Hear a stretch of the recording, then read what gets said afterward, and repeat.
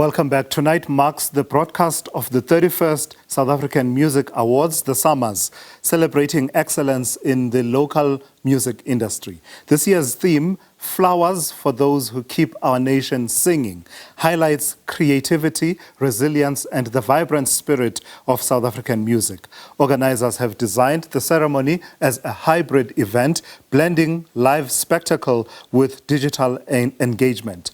Throughout the evening, top artists nominated this year will be recognized for their talent, impact, and innovation in the industry. The broadcast is expected to reach audiences nationally on SABC 1 and online platforms. For more on this, I'm joined by Unathi Gwijo, who is SAMA spokesperson. Good afternoon, and thank you for your time. 31st anniversary and edition of the SAMAs. Tell me what to look forward to. What does the theme, for example, say about the state of South African music today? Right. Thank you very much, and greetings to everybody who's listening. It's Gwija, and the message that we're giving to the South Africans is coming off from Summer 30, which was less noise, more music. We're now giving our talent and our artists a love letter from the South Africans, which gives them the messaging of throughout the year they've created music, they've created beauty, and what we're now doing is putting this together and saying, we are becoming, or we as South Africans are giving them their flowers. And this is the message that we're now giving back to them and saying, thank you so much for the music, so much, and thanks for the talent, and giving back to the nation the music that they have, which is what has kept us dancing. We're now saying these are your flowers, and we thank them for the time spent in studios and entertaining us on stages and globally. It's an important theme, isn't it, Unathi? Because there's that tragedy that we tend to give people their flowers after they've passed on. So what you are seeking to do is to say, let's give them flowers while they can still smell them, to use that famous proverb.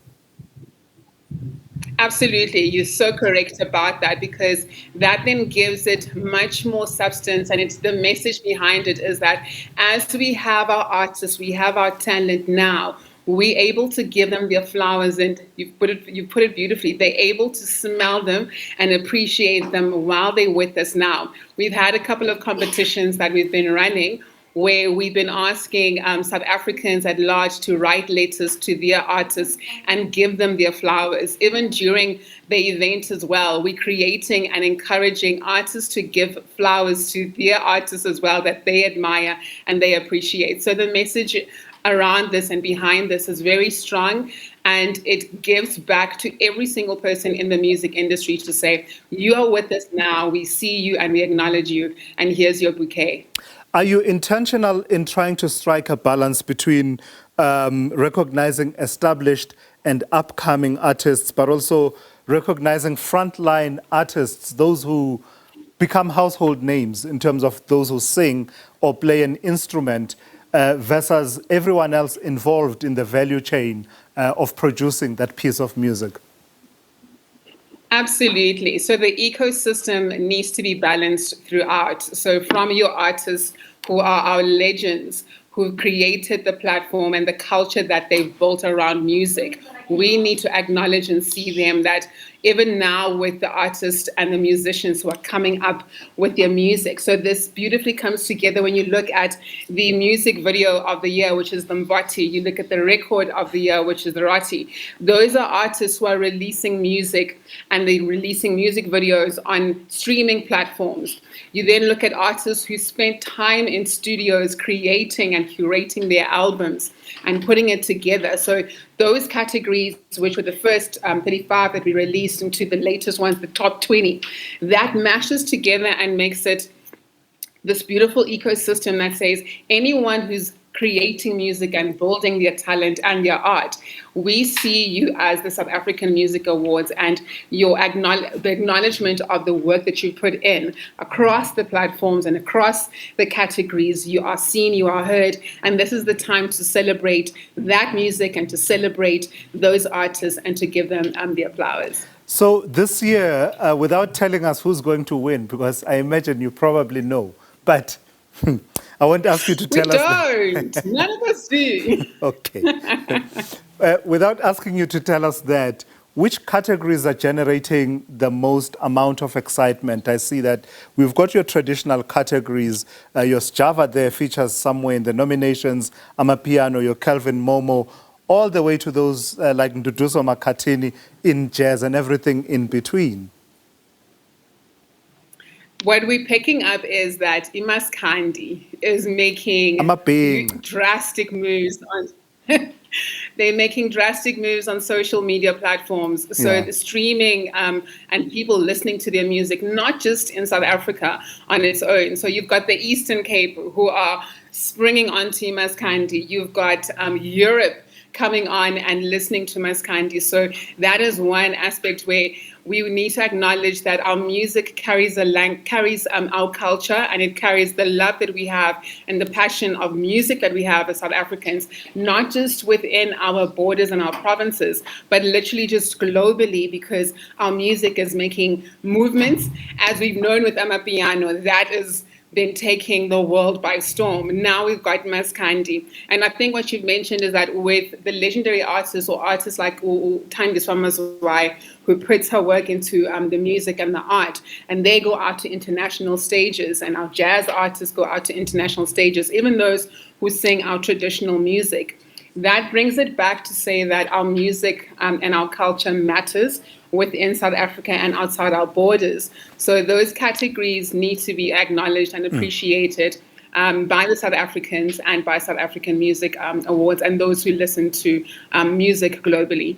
Please indulge me on this, Unathi, and speak to it to the best of your ability. The role of technology in music production and everything that accompanies a piece of music, for instance, video and the likes, in the age of AI. What are you seeing in that regard, the infusion of those influences? I guess it goes back to debates all the way to the introduction of auto-tune all those years ago. Is it still music when you infuse this? And I wonder, to what extent are you starting to see that with the newer technologies? I think as we've opened our eyes as well, and we've looked at how we have the awards for Sama 31, that allows us and gives us the space to say, we acknowledge that technology exists in the frame of creators and creation.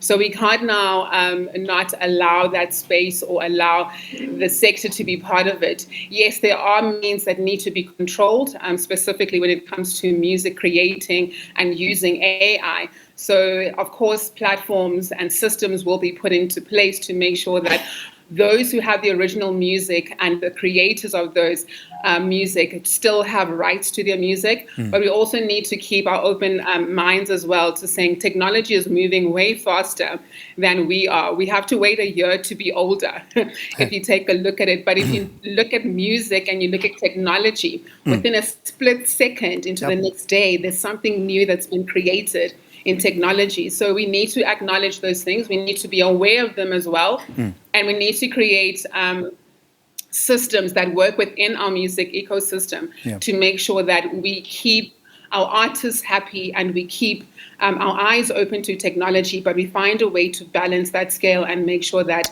nobody feels that my music was used and I'm not credited for it, or I'm using technology to create music and I'm not being acknowledged for that. So we definitely need to keep our eyes open and find and create platforms and ways to have that ecosystem create and make a balance around all of that. Lastly, Unathi, tell me about the show as it will unfold later on this evening. We are saying that it will be a hybrid between live spectacle and some of the digital engagement as well. But what have you done to ensure that it wows as it always has? The theme itself is a wow. We've been walking over the past 7 days on set while we're setting things up. Every day there's something new that comes up on the screens that looks so eye-catching and so bright and so in tune and in check to what is happening right now and what we're doing.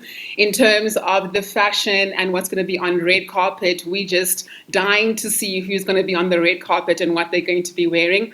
The performances and the practicing and the rehearsing that's been going on from our hosts, Scoop Makatini and Pamela Mdanga. That has been exciting, and that synergy between the two of them is so beautiful. It's beautiful to see how when we started with Scoop, I'm going to reveal my age, but when we started with Scoop some years back, and how he's evolved to being this culture person and that reputation he has behind him, then you got this pop of newness from Pamela that's going to be literally exploding on stage. The performances, everybody just has to be tuned in onto our YouTube space and channels, tuned in onto SABC One to make sure that they're entertained as well. And obviously, social media is going to be blowing up just as fast as everything is happening in every single minute once we start the show. All right, we look forward to it. Unathi Kwicha, who is SAMA spokesperson, speaking to us ahead of the 31st South African Music Awards that will be happening a bit later on this evening.